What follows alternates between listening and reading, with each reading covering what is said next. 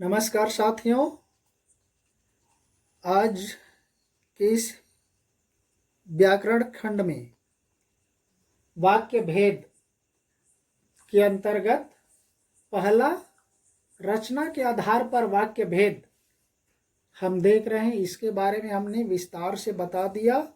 रचना के आधार पर, अर्थ के आधार पर और वाच्य के आधार पर। तो रचना के आधार पर 3 भेद बताया था: सरल वाक्य, संयुक्त वाक्य और मिश्र वाक्य। हमने पिछले वीडियो में सरल वाक्य और संयुक्त वाक्य के बारे में बहुत विस्तार से चर्चा की है, उसकी पहचान भी बताए, योजक चिन्ह भी बताए। मेरे ख्याल से वो अच्छी तरह से समझ में आ गया होगा। अब चलते हैं तीसरे जो महत्वपूर्ण है, मिश्र वाक्य। मिश्र वाक्य साथियों देखिए, इसमें एक मुख्य उपवाक्य होता है जिसको प्रधान उपवाक्य भी कहा जाता है, और उसके 2 या 2 से अधिक आश्रित उपवाक्य होते हैं। ये इसकी सबसे बड़ी विशेषता है। और इसमें भी योजक शब्द प्रयोग किया जाता है, वही अव्यय शब्द, लेकिन ये शब्द होते हैं अव्यय का जो पहला प्रकार है। कौन सी? क्रिया विशेषण अव्यय। क्रिया विशेषण अव्यय के अंतर्गत साथियों, क्रिया विशेषण अव्यय के 4 भेद होते हैं प्रमुख रूप से: रीतिवाचक क्रिया विशेषण, परिमाणवाचक क्रिया विशेषण, स्थानवाचक क्रिया विशेषण और कालवाचक क्रिया विशेषण। इसी के आधार पर इन्हीं के शब्दों को, इन्हीं अव्यय शब्दों को मिश्र वाक्य के वाक्यों में प्रयुक्त किया जाता है, जो कभी सामने में आ जाता है, जो कभी बीच में आता है, जो कभी सामने और बीच दोनों में आ जाता है, कभी बीच में आता है, कभी बिल्कुल सामने में आता है। ऐसे वह उस मुख्य वाक्य में उस आश्रित उपवाक्य को उन शब्दों के द्वारा जोड़ दिया जाता है। तो आइए चलते हैं उसके परिभाषा की ओर। मिश्र वाक्य वह वाक्य जिसमें एक प्रधान उपवाक्य हो, जो आपको बता दिया, और एक या अधिक आश्रित उपवाक्य हो तथा वे किसी योजक से जुड़े हों, तो वह मिश्र वाक्य कहलाता है। और वो योजक क्या है साथियों? ये यहाँ पर मैं आपको संक्षिप्त में लिखा हूँ। यहाँ पर आपके अव्यय के प्रकार में आप जाएंगे, क्रिया विशेषण के प्रकार में, वो चारों के तो आपको बहुत सारे, एक एक में 20-20, 30-30 शब्द मिलेंगे। यहाँ पर मैं चुने हुए सिलेक्टेड वर्ड्स, शब्द वहाँ पर लिखा हूँ। अन्यथा यहाँ पर तो सैकड़ों शब्द हैं, सारे को याद करना संभव भी नहीं होता है। तो यहाँ पर देखिए, उसके पहचान में कौन कौन से शब्द प्रयुक्त होने पर वह पता चल जाता है कि मिश्र वाक्य है या मिश्रित वाक्य है। पहचान देखिए, प्रायः मिश्र वाक्यों में की सबसे बड़ी पहचान है। कि जो, वह, जिसे, उसे, ऐसा, जो, वही, जिसे, यदि, तो, जब, तब, ज्यों, त्यों, ताकि, यद्यपि, क्योंकि, वहाँ, जहाँ, ज्यों, ज्यों ही, जैसे, वैसे। ये इस तरह के बहुत सारे शब्द मिलते हैं साथियों। तो ये प्रमुख शब्द है, इसको ध्यान रखना है। कैसे सामने में जुड़ता है, कैसे बीच में जुड़ता है, ये आपको उदाहरण के रूप में देखने को मिलेगा। तो उदाहरण में देखिए किस तरह से है।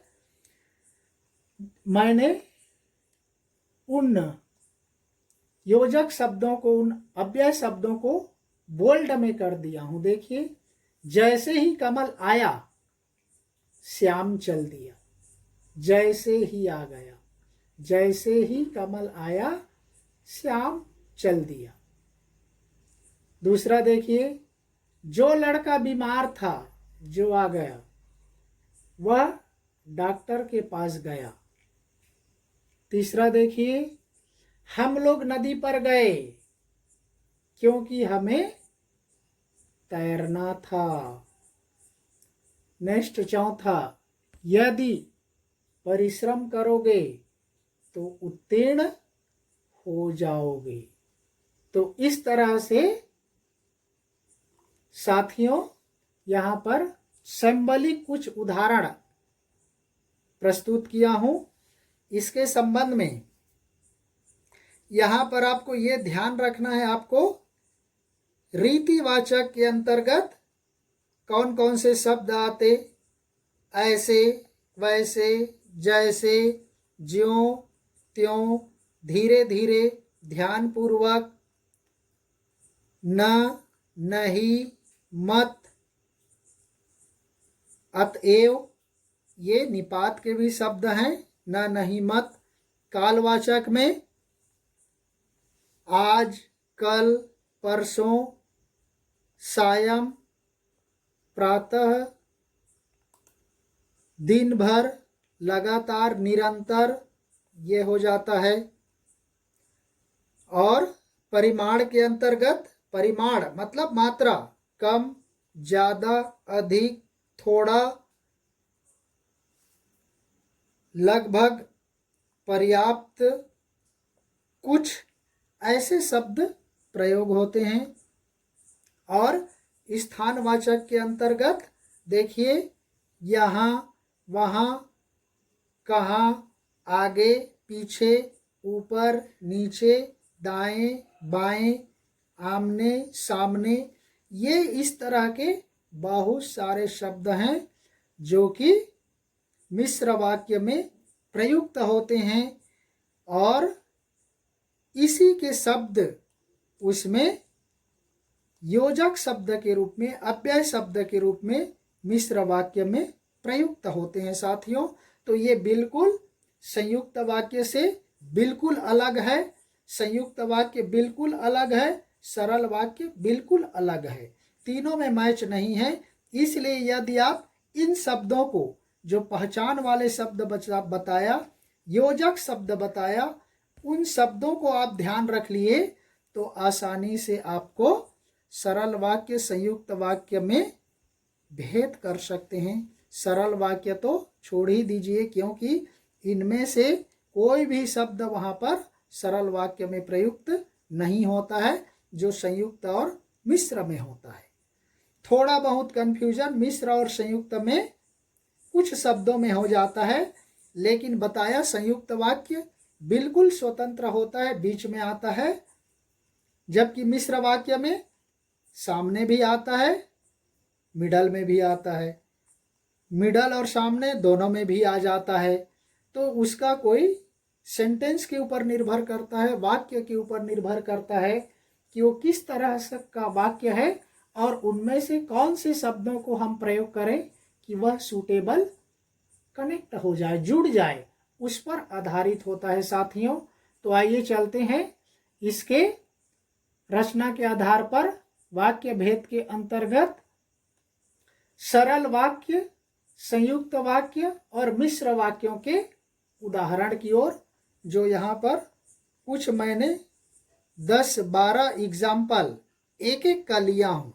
तो इस तरह से आपके तीनों का जोड़ दिया जाए तो 35-36 उदाहरण वाक्य आपके सामने मौजूद होते। तो यहाँ पर देखिए, हमने लिख दिया है सरल के सामने में सरल वाक्य, संयुक्त वाक्य के सामने में संयुक्त और मिश्र वाक्य के सामने में मिश्र लिख दिया। तो इसी तरह के आप इसको नोट भी बनाते चलना है। और उदाहरण भी देखिए कैसा है। एक सरल वाक्य के अंतर्गत, रमा के जाते ही राधा आ गई। संयुक्त वाक्य में क्या बन जाएगा? रमा गई और राधा आई, ये हो गया। मिश्र वाक्य में देखिए, जैसे ही रमा जाती है वैसे ही राधा आती है। जैसे ही रमा जाती है वैसे ही राधा आती है। देखिए, जैसे वैसे। मैंने संयुक्त में बोल्ड कर दिया है, देखिए। अथवा क्या हो जाएगा, जब राधा गई तब रमा आई, यानी एक के जाने पर दूसरा आ जाते। तो इस तरह के यहाँ पर वाक्य बनते हैं। ये अथवा में प्रयुक्त हुआ है, उसको आगे पीछे भी करके लिख दिया गया है। दूसरा में देखिए, मैंने उसे पढ़ा, पढ़ा लिखा कर विदेश भेजा, सरल वाक्य है। संयुक्त में हो जाएगा, मैंने उसे पढ़ाया और विदेश भेजा।